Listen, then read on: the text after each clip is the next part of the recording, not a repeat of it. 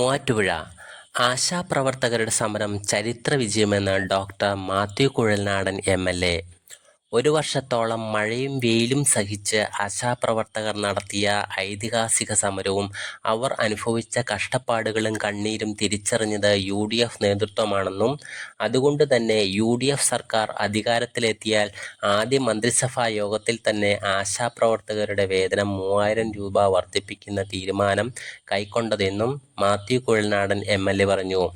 Kerala ASHA health workers association Muvattupuzha Kothamangalam മേഖല സമരസമിതിയുടെ നേതൃത്വത്തിൽ മൂവാറ്റുപുഴ നാസ് ഓഡിറ്റോറിയത്തിൽ സംഘടിപ്പിച്ച ആശാ കേരളം വിജയപാതയിൽ വിജയാഘോഷ സമ്മേളനം ഉദ്ഘാടനം ചെയ്ത് സംസാരിക്കുകയായിരുന്നു അദ്ദേഹം.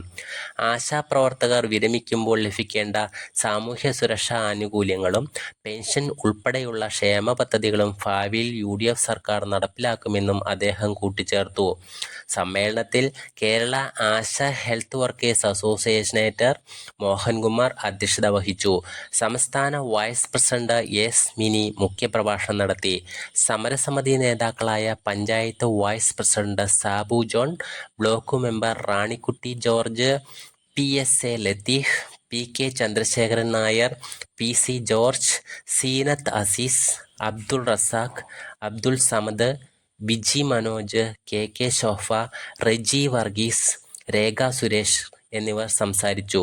ആശാപ്രവർത്തകരും സമരസഹായ സമിതി അംഗങ്ങളും ജനപ്രതിനിധികളും സമ്മേളനത്തിൽ പങ്കെടുത്തു. സമ്മേളനത്തിൽ വെച്ച് PSA ലത്തീഫ് രചിച്ച ഒരിക്കൽ മാത്രം എന്ന പുസ്തകം സമരസഹായ സമിതി അംഗങ്ങൾക്ക് വിതരണം ചെയ്തു.